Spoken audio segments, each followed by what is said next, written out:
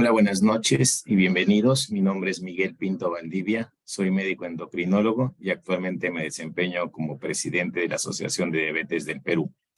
Continuando con nuestras actividades académicas en este año, le doy la bienvenida al doctor Víctor Hugo Noriega, también médico endocrinólogo de la Clínica Angloamericana, quien va a moderar esta sesión.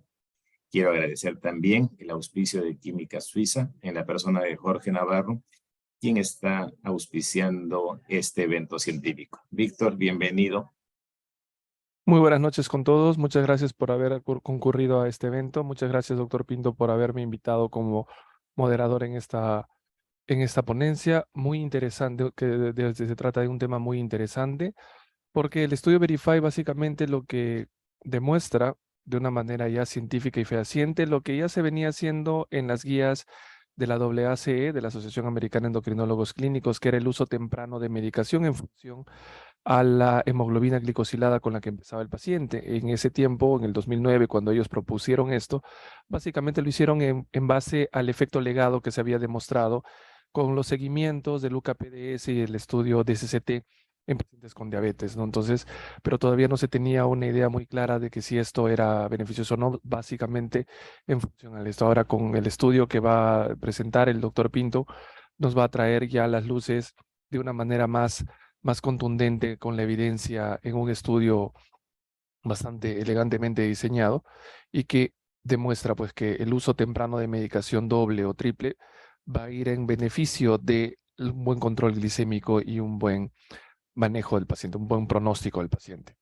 Bueno, no quiero hacer más spoilers, los dejo con ustedes al doctor Miguel Pinto, que ya todos conocemos, y doctor, bueno, esperamos escucharlo. Gracias, Víctor, por tus amables palabras. Siempre es un gusto ver después de tanto tiempo. Voy a empezar a compartir mi pantalla. Por favor, Víctor, me confirma si es que se está viendo. Sí, doctor, se está viendo todavía en modo normal, ahora sí en modo presentación. Muy bien. Como siempre, en primer lugar, agradecer la presencia de todos ustedes en esta noche y agradeciendo nuevamente el auspicio de Química Suiza por la invitación. Como bien mencionó Víctor, el estudio Verify publicado en el año 2019 en Lancet, donde tuve la oportunidad de participar en el Hospital Cayetano Heredia, lo que quiere demostrar es las ventajas de la combinación temprana en el tratamiento de la diabetes tipo 2. Con respecto a esta presentación, estos son mis conflictos de intereses. Actualmente me desempeño como presidente de la Asociación de Diabetes del Perú. Soy miembro de un grupo de estudio en enfermedad cardiovascular de la Asociación Europea para el Estudio de la Diabetes y editor asociado de la revista Diabetes Research and Clinical Practice, que es el órgano oficial de la Federación Internacional de Diabetes. Esta es la agenda que vamos a desarrollar en los siguientes 45, 50 minutos. Y primero quisiera empezar con un tema, un caso clínico, algo práctico. El señor Félix es un paciente de 49 años de edad que acude a la consulta porque en el examen médico anual en la mina donde trabaja le encuentra el médico de la mina una glucosa en ayunas de 112 y le solicita que pase una interconsulta con endocrinología por la hiperglicemia en ayuno. Cuando viene a la consulta, conversamos con él, sus antecedentes familiares de importancia. El padre tiene diabetes tipo 2. Con respecto a los antecedentes personales, una dieta irregular en base a carbohidratos. No fuma y es consumidor de alcohol moderado de manera semanal, 2 a 4 medidas los fines de semana. Camina poco y tiene una vida sedentaria. Por otro lado, fue diagnosticado de dislipidemia desde los 42 años, niega hipertensión, refiere que ronca por las noches y podemos identificar algunos episodios de anemia. Al examen físico, encontramos que tiene una presión arterial de 122,72, un peso de 79 y un índice de masa corporal de 28,3, un sobrepeso. Lo examinamos y encontramos acantosis en el cuello y el resto del examen es no contributorio. Al preguntarle acerca de los tratamientos actuales nos menciona que toma fenofibrato 160 miligramos, una cápsula por día de manera irregular. Se le piden los análisis de laboratorio y se le cita en los siguientes 14 días y regresa con los siguientes resultados. Una TGP ligeramente elevada en 59 unidades por litro, la creatinina normal, la hormona tiroidea normal, el ácido úrico elevado y con respecto al perfil de lípidos, un HDL disminuido en 32, el LDL ligeramente elevado y lo que llama la atención es el valor de los triglicéridos en 342 miligramos por decilitro. Con los resultados que nos trae el señor Félix y además le pedimos ya exámenes más específicos, como es una hemoglobina glicosilada que viene en 6.6%, una insulina basal en 31 miliunidades por litro, y estos son los resultados del test de tolerancia a la glucosa. En el test de tolerancia, recuerden que vino con una glucosa en 112 en ayunas, en el test de tolerancia con 75 gramos de glucosa anhidra, la glucosa basal es de 122 y en las 2 horas de 221. Con la ayuda de estas herramientas que encontramos en el Internet, siempre hacemos el cálculo de algunas variables importantes, como el índice de resistencia OMA, que sale elevado en 9.3. Calculamos su riesgo de eventos cardiovasculares según la ACC-AJA, que sale en 9.6. Y también utilizamos la fórmula de Seca de EPI para calcular su tasa de filtración glomerular. Entonces, con estos resultados tenemos una visión más amplia e integral de los problemas de salud del señor Félix, paciente metabólico de todas maneras, que necesita sobre todo bajar de peso y cambiar sus estilos de vida. En base a los resultados, la diabetes de reciente diagnóstico, la dislipidemia mixta ya mencionada, la elevación de las transaminasas, la hiperuricemia y el sobrepeso. Entonces, ¿qué podemos hacer con respecto al paciente, al señor Félix, paciente que estoy seguro que todos ven en su consulta todos los días? En primer lugar, esto se debe a la epidemia de diabetes que estamos viviendo. Cada día tenemos más pacientes con diabetes y este es el último atlas de la IDF del año 2021, donde pueden ver que para el año 2021 había una prevalencia de 10.5% de diabetes tipo 2 en adultos alrededor del mundo. Y pueden ver en los gráficos más pequeños cómo esta prevalencia de manera inexorable está avanzando en todas las regiones y en todos nuestros continentes, especialmente en los países emergentes como es África, Sudamérica, el sudeste asiático. El aumento en la incidencia es menor en los países europeos. Y acá pueden ver, resaltando en este cuadro, cómo este panorama va a empeorar en los siguientes años. Y de manera paralela a la epidemia de diabetes tipo 2, tenemos una epidemia de lo que es la prediabetes.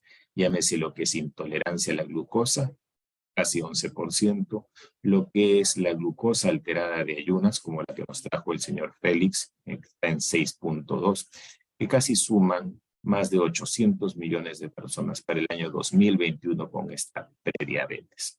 Y obviamente, debido a la epidemia de obesidad y cambios en el estilo de vida, esta prevalencia va a ser mucho mayor para el año 2045. Y nuestro país no es ajeno a esta realidad. Ya en el 2015, el doctor Segundo Seclén publicó el estudio Perudiap, donde claramente estableció que la prevalencia nacional de diabetes tipo 2 es del 7%, y hay una gradiente urbano-rural, siendo más frecuente en la ciudad de Lima y en las grandes ciudades de la costa, y mucho menor en zonas de la sierra y la selva de nuestro país. Otro dato interesante del estudio del doctor Seclén es que el 40% de los diagnosticados no tenía el diagnóstico previo de enfermedad. Recién fueron diagnosticados durante el estudio donde se utilizó la glucosa capilar en ayunas. Recuerden que el test de tolerancia a la glucosa detecta hasta un 30% más de casos de diabetes. Quiere decir que probablemente esta prevalencia todavía esté subestimada. Y rápidamente quiero recordar con ustedes los criterios diagnósticos de diabetes tipo 2 importantes para poner en contexto al señor Félix, el paciente de nuestro caso. En primer lugar, lo que es la glucosa en ayunas, ya se estableció que tiene que ser mayor o igual a 126 miligramos por decilitro. El test de tolerancia es un poco más complicado y laborioso, donde se debe utilizar 75 gramos de glucosa anhidra y el paciente debe permanecer 2 horas en el laboratorio de nuestro consultorio. El valor a las 2 horas tiene que ser mayor a 200 miligramos por decilitro. Y finalmente la hemoglobina glicosilada, utilizando un método certificado por el Programa Nacional de Estandarización de la Glicosilada americano, donde tiene que ser mayor a 6.5. Claramente, si un paciente viene con los síntomas o tiene una crisis hiperglicémica con una cetoacidosis diabética y más de 200 al azar, también se establece el diagnóstico y debemos tener por lo menos 2 de estos criterios anormales. Estas pruebas nos van a permitir establecer lo que es la prediabetes, lo que es la normalidad o la diabetes, lo que es glucosa en ayunas, test de tolerancia o hemoglobina glicosilada. En el caso del señor Félix, viene con una hemoglobina glicosilada de 6.6%. En el test de tolerancia a la glucosa, a las 2 horas tiene una glucosa de 221. Y en lo que es la glucosa en ayunas, en el test de tolerancia viene en 121 y tenía otro en 112.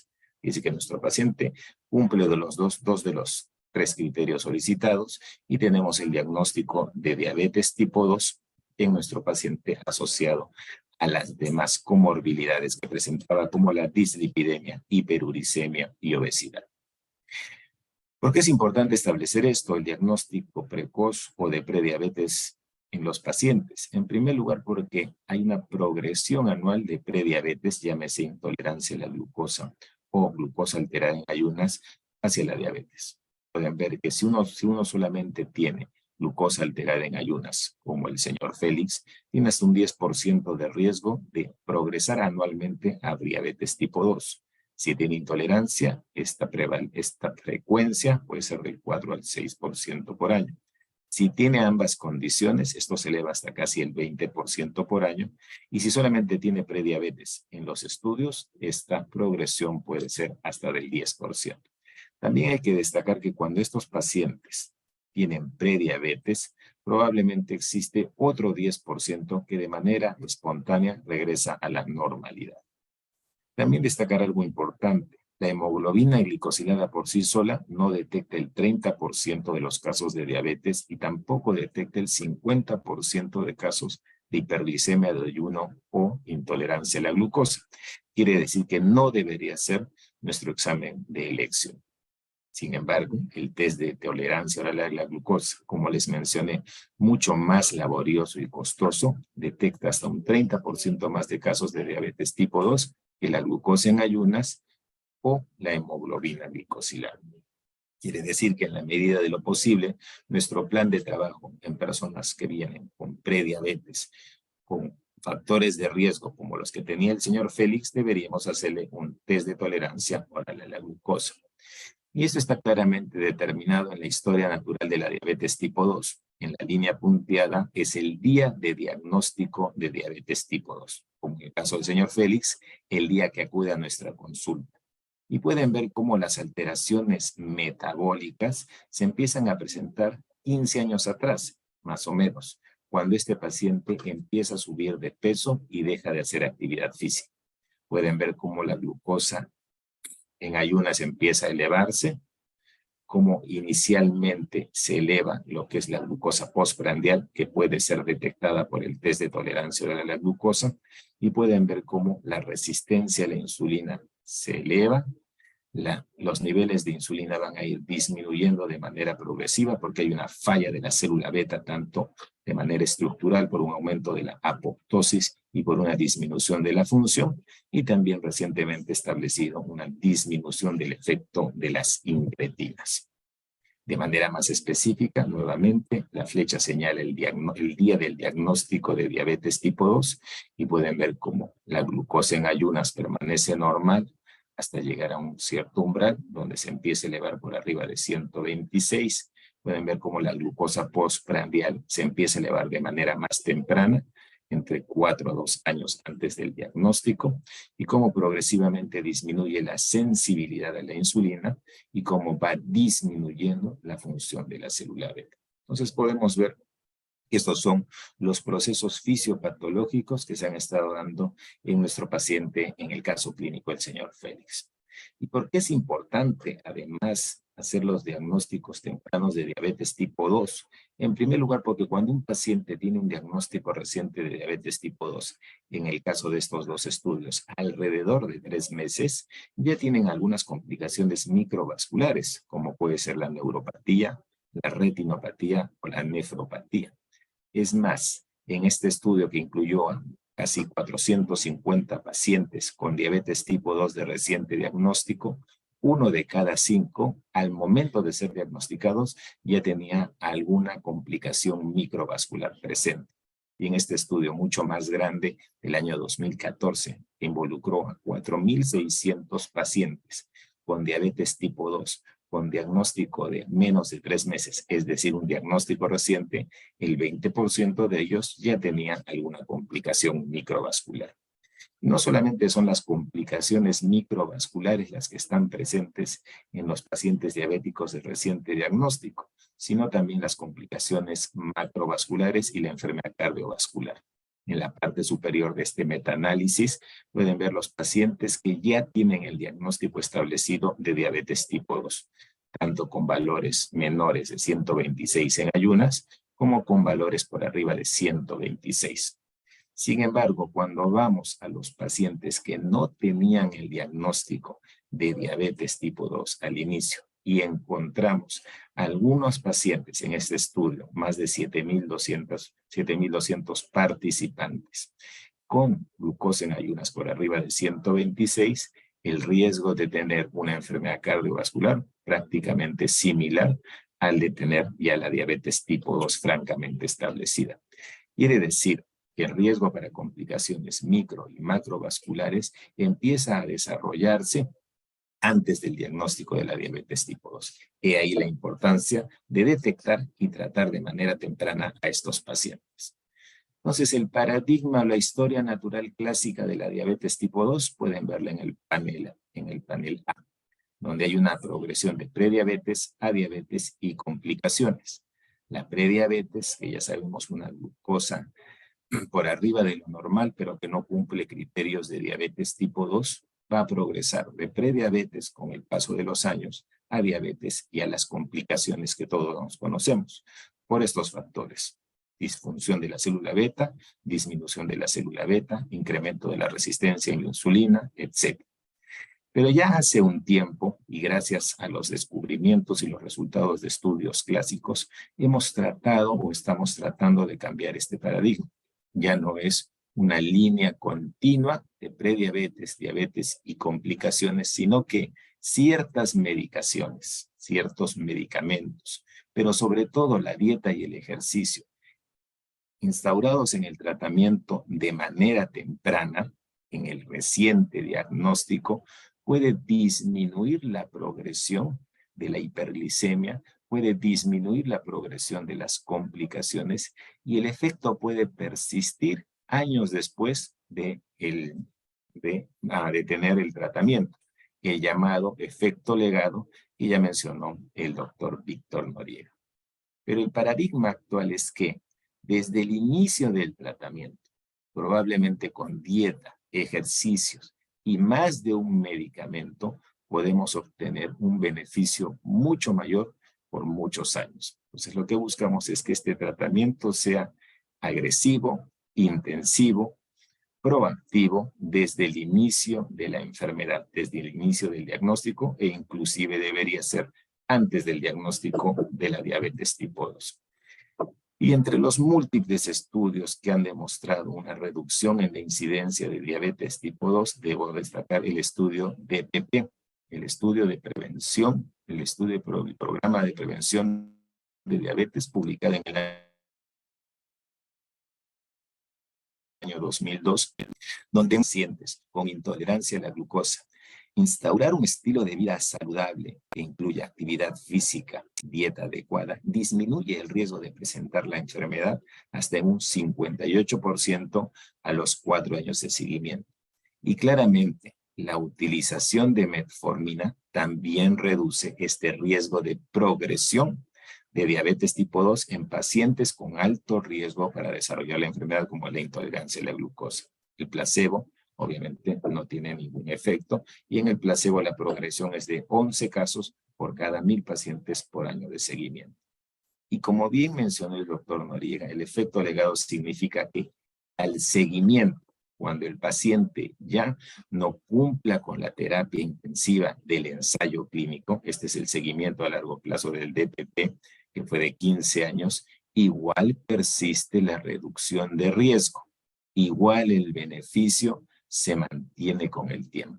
Destacar que el estudio de DPP ya tiene 23 años de seguimiento, que ha sido el último reporte público.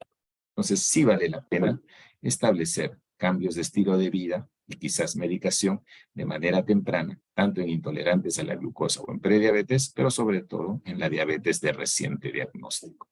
Entonces, vamos ya a una combinación más específica de lo que estamos hablando, de lo que es la eficacia de la combinación de vildagliptina y metformina. Este es un estudio clásico del doctor Bossi del año 2007, donde en pacientes con diabetes tipo 2 que ya estaban recibiendo al menos 1500 miligramos de metformina por día y que tenían en promedio 6 años de diagnóstico de diabetes, la adición de la vildagliptina, ya sea 50 miligramos o a 100 miligramos una vez por día, reduce de manera significativa los niveles de hemoglobina glicosilada después de 6 meses de seguimiento. También podemos destacar que este medicamento, como todos los inhibidores de la DPP4, tiene un efecto muy interesante, sobre todo en lo que es la glucosa postprandial, y que como ya se demostró en los estudios acerca de mecanismos de acción, lo que van a hacer estos medicamentos es mejorar la función de la célula B. Entonces son mecanismos complementarios. La metformina mejora, disminuye la resistencia, mejora la sensibilidad a nivel del hígado, del tejido graso, del músculo estriado, y de manera complementaria, sinergista, el inhibidor de DPP4, en este caso la vildagliptina, mejora la función de la célula B. Y otro estudio también interesante del año 2009, lo que hace es comparar la combinación. Y lo que más reduce los niveles de hemoglobina glicosilada en este estudio de 1.179 pacientes es la combinación de vildagliptina más dosis altas de metformina. Dosis altas de metformina son 1000 miligramos asociadas a 50 miligramos de vildagliptina.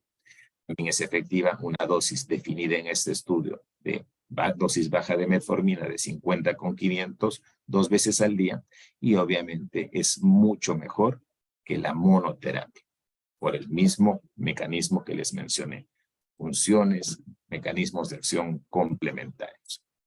Entonces, en el año 2014 se diseña el estudio Verify en la Universidad de Oxford. El estudio Verify lo que busca es determinar si la combinación temprana de vildagliptina con metformina versus la monoterapia secuencial con metformina en pacientes diabéticos de reciente diagnóstico prolonga el control glicémico adecuado. Entonces, quieren determinar si esta combinación de vildagliptina con metformina 2 veces al día producirá una mayor durabilidad del control glicémico que la monoterapia con metformina en personas con diabetes tipo 2. Solamente para hacer un paréntesis, para el momento en que se diseña el estudio, las guías hablaban, la guía ADA-EASD, de que se debería iniciar, una vez diagnosticado el paciente con diabetes tipo 2, debería iniciar cambios en el estilo de vida, es decir, actividad física regular y una dieta saludable, variada, de acuerdo a lo que usualmente come el paciente, con una supervisión, una consejería de una nutricionista. Y además, de manera simultánea, la monoterapia con la metformina. Y si los pacientes no alcanzaban el control metabólico adecuado, se debería ir agregando de manera escalonada otras terapias orales o inyectables como la insulina en ese momento. Lo que busca el estudio Verify es comparar la durabilidad del control glicémico de dos estrategias, la monoterapia con metformina o la combinación temprana de metformina con vildagliptina. Y ellos definieron durabilidad del control glicémico como el tiempo desde la aleatorización, desde el día 1, a la falla en el tratamiento. Y falla en el tratamiento era tener 2 valores de hemoglobina glicosilada mayor al 7% en 2 visitas seguidas, y estas visitas estaban separadas por un periodo de 13 semanas. El estudio se diseñó para durar por lo menos 5 años. ¿Y cuáles fueron los criterios de inclusión principal? En realidad, tener una diabetes tipo 2 de reciente diagnóstico, menos de 24 meses, no haber recibido terapia con otros hipoglicemiantes orales, salvo la metformina, y por menos de 3 meses, tener entre 18 y 70 años, un índice de masa corporal por arriba de 22 y por debajo de 44, y un control glicémico más o menos aceptable, con una hemoglobina de 6.5 a 7.5 al momento del ingreso al estudio. Entonces, de manera gráfica, ¿cómo es que se realiza el estudio? Donde participaron varios centros acá en el Perú y, como les mencioné, el Hospital Cayetano Heredia. Hubo 2 semanas de screening, donde se hacían los procedimientos que decía el protocolo, y luego un periodo de titulación, donde se utilizaban unas cápsulas, unos comprimidos de metformina de 500 miligramos. Y lo que se hizo fue ir titulando las dosis de la metformina para lograr la tolerancia a la dosis máxima. 500, luego 1000 y luego 1500. Si el paciente toleraba al menos 1000 miligramos de metformina al día, pasaba a la randomización. Un grupo, había un periodo 1, un periodo 2 y un periodo 3. En el periodo 1, un grupo, de manera aleatoria, recibía metformina, 1000 miligramos 2 veces al día, más vildagliptina, 50 miligramos 2 veces al día. Y el otro grupo, el grupo control, recibía la misma dosis de metformina, 1000 miligramos 2 veces al día, más el placebo de la vildagliptina. Entonces, estos pacientes tenían que permanecer el máximo de tiempo posible en el periodo 1, es decir, siempre tener una hemoglobina glicosilada menos del 7%. Si los pacientes tenían 2 valores de hemoglobina glicosilada por arriba del 7%, es decir, en 2 visitas consecutivas, los pacientes asignados a metformina se les agregaba la vildagliptina 2 veces al día. Si a pesar de ese cambio, el paciente, ya a criterio del investigador, estaba fuera de control de su glucosa, se le agregaba una insulina basal. Entonces, se evaluaron más de 4.500 pacientes en más de 230 centros de investigación. Se excluyeron a más de 2.500, sobre todo porque no cumplían los criterios de la hemoglobina glicosilada, y se enroló a 2.001 pacientes que fueron randomizados a la terapia intensiva y a la monoterapia con metformina. En el año 2019, antes de la publicación de los resultados, se publicaron las características basales. El 53% de estos 2.000 participantes eran mujeres, personas jóvenes en sus 55 años de edad, que tenían en promedio 3.4 meses de diagnóstico de diabetes tipo 2. Es decir, probablemente nuestro paciente, el señor Félix, hubiera podido participar en el estudio, y que tenía una hemoglobina glicosilada al ingreso del 7%. Estas fueron las otras variables que se evaluaron al ingreso. También pueden ver que los pacientes tenían un índice de masa corporal de 31, lo que es la frecuencia cardíaca, la presión arterial, el perfil de lípidos, lo que es la tasa de filtración de creatinina y la historia de complicaciones, lo que habíamos mencionado. A pesar de que eran pacientes que en promedio tenían 3 meses de diagnóstico, ya un grupo de ellos tenían complicaciones. Y la dosis diaria que utilizaban en promedio estaba en más de 1.500. Entonces, la dosis más común era la que utilizaban casi el 40%, 2.000 miligramos de metformina, lo que quería el estudio. Ya cuando evaluamos las características basales según el grupo asignado, podemos ver que no hay ninguna diferencia. La edad, 55 años, el tiempo de enfermedad, el valor de la hemoglobina glicosilada idéntico, 6.7%, el índice de masa corporal en 31, la glucosa en ayunas y el peso. Entonces fueron 2 grupos bien balanceados, Unos recibieron la terapia combinada de Vilda con metformina y otros la monoterapia de metformina. Y este fue el resultado primario, lo que era la falla primaria, la pérdida de control glicémico, el tener 2 valores de hemoglobina glicosilada por arriba del 7%. Destacar que en este primer periodo de 6 meses, como la definición de falla al control metabólico exigía 2 valores de hemoglobina glicosiladas separadas por 13 semanas, en este primer periodo no se iba a cumplir porque no había pasado el tiempo suficiente. Pero claramente en el grupo de la monoterapia con metformina, a la primera evaluación a los 6 meses, hay un buen porcentaje de pacientes que ya había fracasado el tratamiento de la monoterapia. Y a medida que pasan los meses, pueden ver en la línea azul como la terapia combinada de Vilda con metformina retrasa la falla primaria al control glicémico en comparación con la monoterapia. En general, reduce el riesgo de fallar al control glicémico, reduce el riesgo de tener hemoglobina glicosilada por arriba del 7% en un 49%. Si lo llevamos a términos prácticos, si un paciente es asignado monoterapia con metformina, va a requerir otro tratamiento a los 36 meses. Pero si este mismo paciente, como el señor Félix, es asignado al grupo de la terapia combinada de vildagliptina con metformina, recién va a requerir otro tratamiento o va a fracasar al control glicémico a los 61.9 meses. Una diferencia significativa y clínicamente importante. Entonces, podemos ver el número de pacientes que tiene buen control glicémico a los 5 años, en el grupo de terapia combinada, acá de manera gráfica, más del doble a los 5 años, tienen buen control metabólico versus la monoterapia.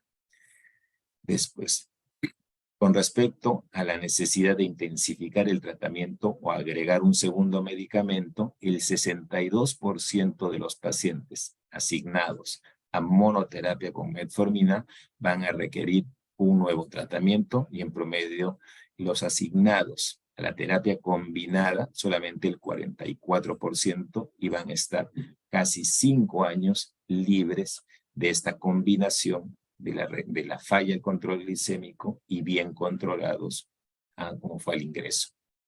Esta es la falla inicial y con respecto a la falla secundaria, a la necesidad de insulina por el efecto legado, los pacientes asignados a la terapia combinada de vildagliptina y metformina tienen una reducción del 26% en el riesgo de requerir la adición de una insulina basal. Y eso lo vemos acá.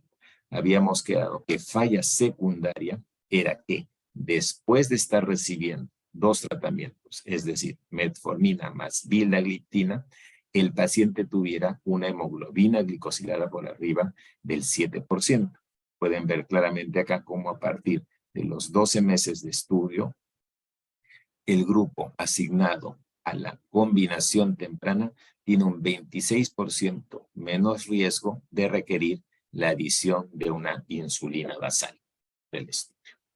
Y cuando hacemos el análisis por subgrupos, podemos ver que todos los pacientes asignados a la combinación temprana se benefician, independientemente de la hemoglobina glicosilada basal, del índice de masa corporal, de la edad o del género. El beneficio es para todos. Esta es una lámina que tomé de la presentación del profesor David Matthews en el Congreso Europeo de Diabetes del año 2019, donde se presentaron los resultados. Y lo que hace el doctor Matthews es comparar, en la medida de lo posible, porque fueron poblaciones diferentes, los resultados del estudio ADOPT con el VERIFY. En el estudio ADOPT lo que se hace es comparar la pérdida de control glicémico de 3 medicamentos en monoterapia: rosiglitazona, metformina y la glibenclamida. Y pueden ver cómo rápidamente, cuando los pacientes son sometidos a monoterapia en el estudio ADOPT, disminuyen los valores de hemoglobina glicosilada, pero hay una pérdida interesante de ese control glicémico, algo que no se ve en el estudio Verify, donde tanto la combinación temprana, sobre todo, y la monoterapia inicial permanecen con valores de hemoglobina glicosilada por debajo de 6.75. Ojo, probablemente esta diferencia esté determinada por los pacientes. Estos son pacientes de reciente diagnóstico, estos tenían más tiempo de enfermedad. También ambas estrategias, ya sea la combinación temprana como la monoterapia con metformina, están asociadas a una pérdida de peso, tanto al inicio del estudio como al final, por los mismos efectos que conocemos de la metformina y de la vildagliptina. Y en esta gráfica lo que podemos ver es cómo los pacientes asignados a la terapia combinada, es decir, vilda más metformina en las barras moradas, tienen un mayor éxito de tener una mayor probabilidad, una mayor frecuencia de tener hemoglobina glicosilada por debajo del 7%, que va disminuyendo con los años, pero pueden comparar con las barras de color amarillo, los asignados a la monoterapia con metformina, que esa pérdida de control glicémico es mucho más frecuente. Un dato más reciente del año 2021 es el subanálisis de los pacientes que participaron en el estudio Verify de Latinoamérica. Entonces se publicó en el año 2021 y en los pacientes latinoamericanos que participaron en este estudio con respecto a la falla primaria, pueden ver que los asignados a la monoterapia con metformina tienen hemoglobinas glicosiladas por arriba del 7% a los 33 meses y los asignados a la terapia combinada de manera similar al estudio global tienen un buen control metabólico, menos del 7% de hemoglobina glicosilada hasta por 59.8 meses. Dato interesante.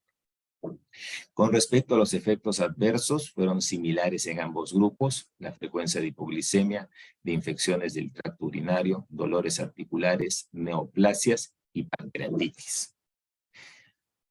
Y cuando se hace el subanálisis en este estudio en el 2021, publicado en el 2021 con los datos del Verify, lo que se hace es, con respecto a la falla primaria, clasificar a los pacientes según la edad.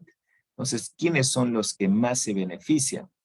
Los que reciben terapia combinada temprana y tienen más de 40 años. Luego se benefician los que tienen la terapia combinada temprana y tienen menos de 40 años, y los que menos se benefician son los que reciben la monoterapia inicial y tienen menos de 40 años. Esto es con respecto a la falla primaria y esto es con respecto a la falla secundaria. En general, como se presentó en el análisis principal, en el análisis de subgrupos, todos se benefician sin importar peso, género, hemoglobina glicosilada de inicio, etc.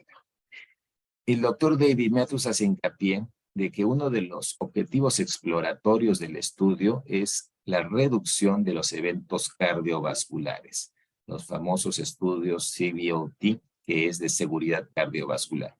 El estudio no fue diseñado, no tiene la potencia estadística necesaria para mostrar que reducen eventos cardiovasculares, pero sí estaba programado un análisis exploratorio. Entonces pueden ver cómo la terapia de combinación vildagliptina con metformina tiene un menor riesgo de eventos cardiovasculares en comparación con la monoterapia inicial. Pero hay que destacar el número de eventos. 33 eventos en la monoterapia inicial versus 24 eventos. La P no es estadísticamente significativa. Este fue un objetivo exploratorio. Otros objetivos exploratorios del estudio fueron las variaciones en el índice OMA de resistencia a la insulina, que todavía no están publicados. Entonces, ¿la combinación es beneficiosa? Pues sí, este es el comentario independiente que da el famoso doctor Clifford Bailey también en la misma reunión.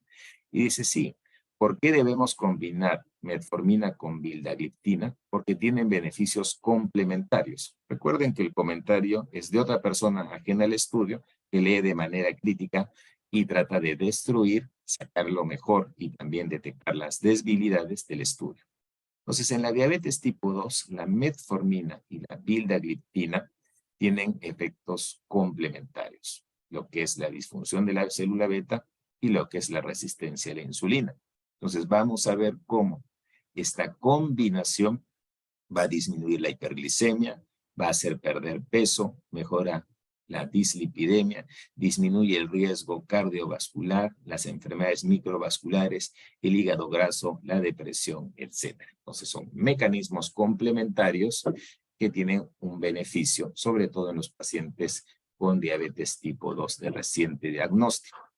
Y en este metaanálisis publicado en el 2014 con más de 7.778 pacientes, podemos ver acá como la combinación de un inhibidor de DPP4 versus la monoterapia con respecto al cambio de la hemoglobina glicosilada favorece a la combinación.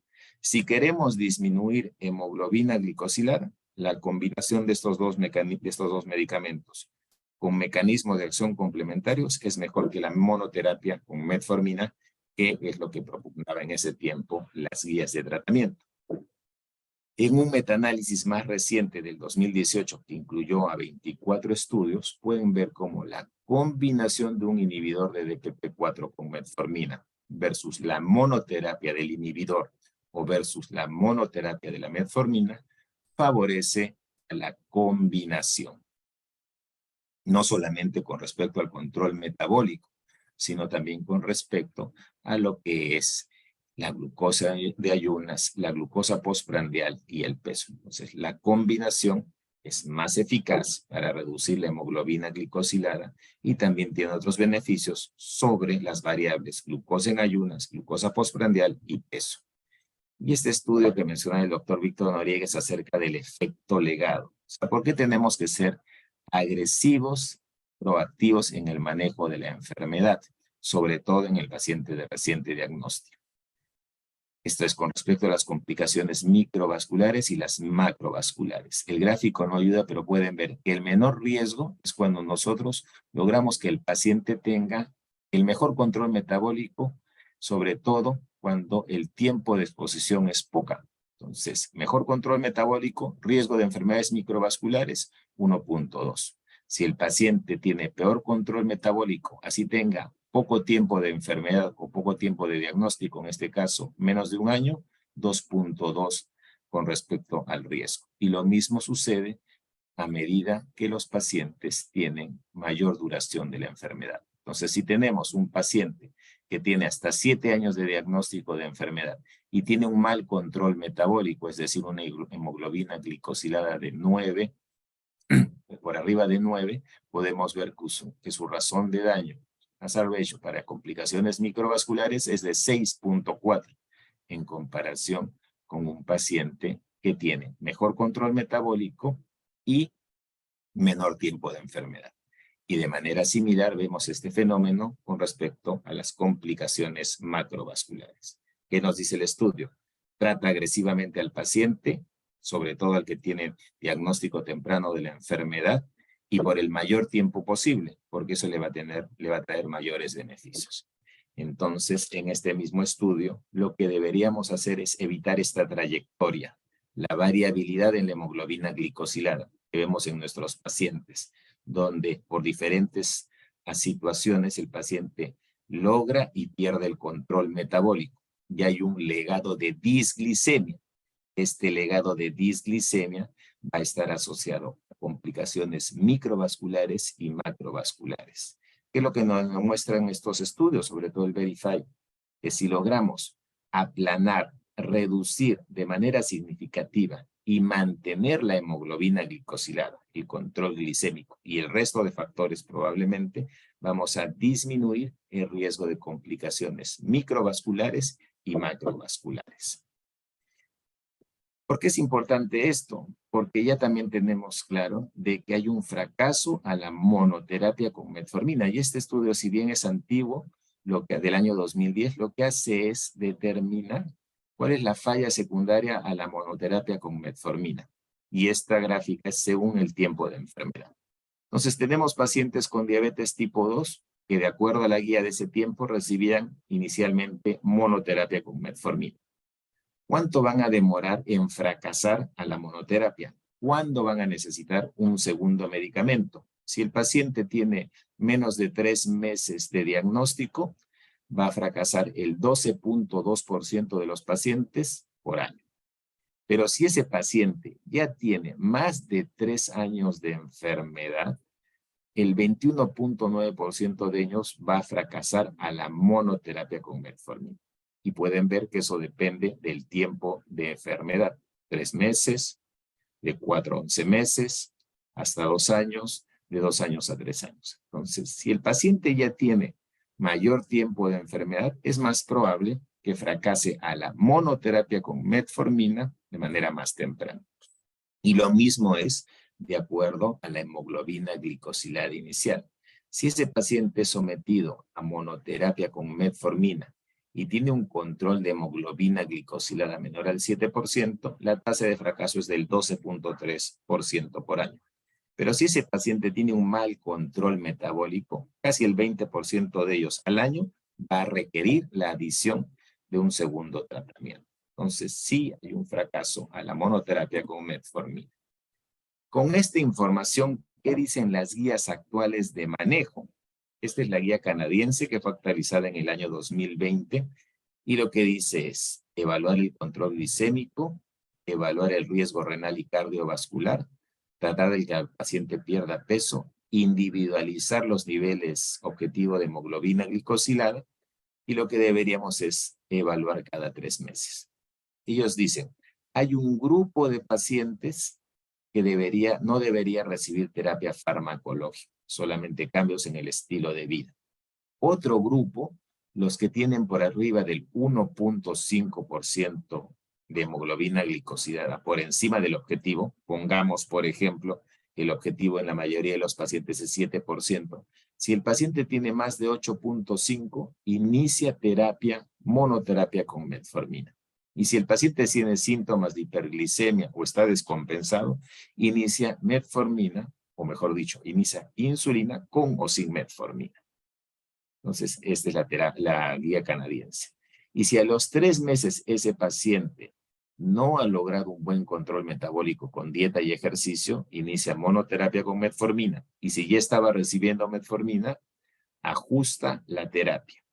Y a los 3 meses, ¿con qué debería ajustar? Estas son las recomendaciones en pacientes con reciente diagnóstico de diabetes tipo 2. Si no se alcanza el objetivo glicémico a los 3 meses con cambios de estilo de vida, se debería agregar la metformina. Y si a pesar de eso, la hemoglobina glicosilada está por encima del 1.5% del target, o sea, del 7%, utiliza en combinación un segundo antihiperglicemiante. Por ejemplo, un inhibidor del SGLT2 o un inhibidor del DPP4, y la referencia 42 de esta guía es el estudio Verify. Entonces, la guía canadiense te dice, si en 3 meses no has logrado el objetivo, rápidamente combina en pacientes de reciente diagnóstico. La guía americana que ha mencionado Víctor tiene razón, es mucho más agresiva, mucho más proactiva. Para ellos el objetivo de hemoglobina glicosilada debería ser menos del 6.5% en la mayoría de los casos. Y de todas maneras, todos cambios de estilo de vida y monitoreo continuo de glucosa. De preferencia, el monitoreo continuo de glucosa moderno. Independientemente del control glicémico, si el paciente tiene alto riesgo de enfermedad cardiovascular o daño renal, se debería usar esta terapia, ¿no? La que incluye a los inhibidores del SGLT2 o los agonistas del receptor del GLP-1. Sin embargo, si el paciente tiene menos del 7.5%, puedes probar monoterapia y te dan estas opciones. Y si el paciente no controla los 3 meses, terapia dual e inclusive triple terapia. ¿Qué es lo que dice? ¿Con qué tenemos que tener cuidado? Con las glitazones que ya están poco disponibles o con las sulfonilurias por el riesgo de hipoglicemias. Entonces, la terapia de base podría ser la metformina y agregar un agonista del receptor del GLP-1, un inhibidor del SGLT2, un inhibidor de la DPP-4. Y si el paciente ingresa con valores de glucosa por arriba del 9% y tiene síntomas, sí piensa en una insulina. Pero si no tiene síntomas, de frente inicia terapia dual o triple terapia.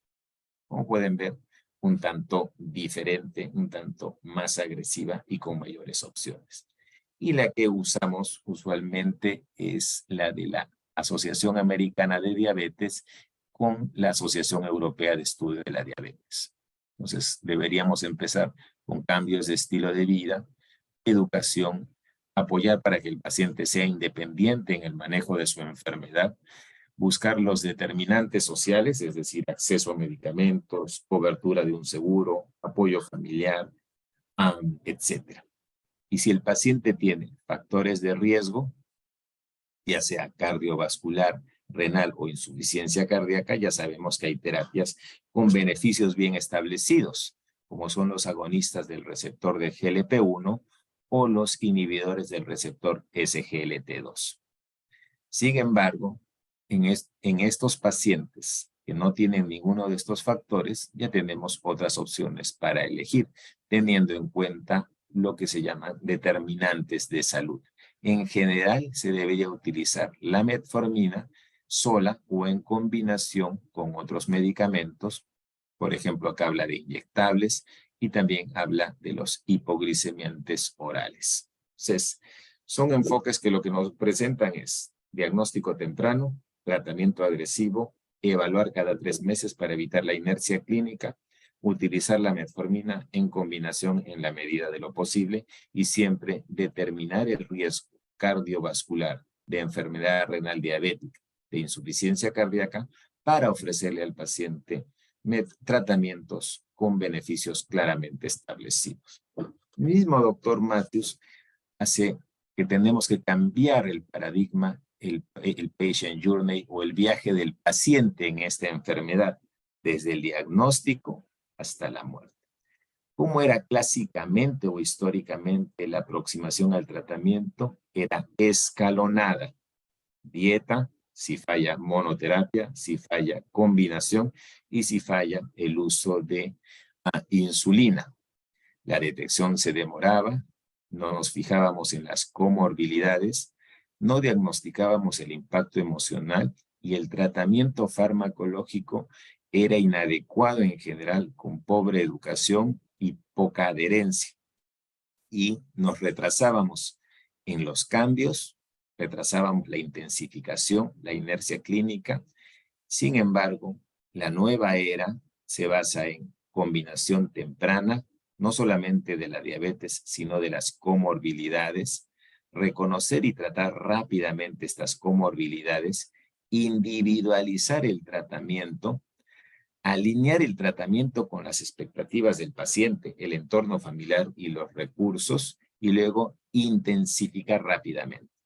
Al final, deberíamos alcanzar un control glicémico durable, enganchar al paciente y a la familia en el manejo de la enfermedad, educar al paciente y obviamente monitorizar lo que es el control glicémico y las otras comorbilidades en un equipo multidisciplinario, donde esté el endocrinólogo, la nutricionista, el psicólogo, el cardiólogo, el nefrólogo. Entonces, ¿qué hacemos con el señor Félix después de todo esto que hemos conversado? Bueno, trabajo multidisciplinario, interconsulta a cardiología, interconsulta a nutrición y al laboratorio de alimentos con el que contamos en la clínica para que aprenda a comer de acuerdo a su dieta usual. Iniciamos la combinación de metformina 1000 miligramos con vildagliptina 50 miligramos 2 veces al día. Continuamos con el fenofibrato y agregamos el alopurinol. En conclusión, la diabetes tipo 2 es una enfermedad crónica y progresiva. La mayoría de pacientes van a fracasar a la monoterapia. La combinación temprana en el tratamiento está asociada a menor falla, menor pérdida del control glicémico. Y esto fue demostrado por el estudio Verify, donde la combinación específica de vildagliptina y metformina en pacientes con reciente diagnóstico es segura y eficaz y retrasa la falla del tratamiento y la necesidad de nuevos tratamientos. Y destacar que la vildagliptina y la metformina tienen mecanismos de acción complementarios.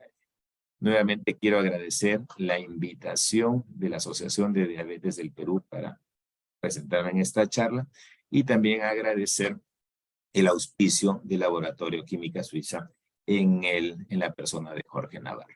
Muchas gracias y estoy acá a su disposición para las preguntas o comentarios que tengan a bien hacer.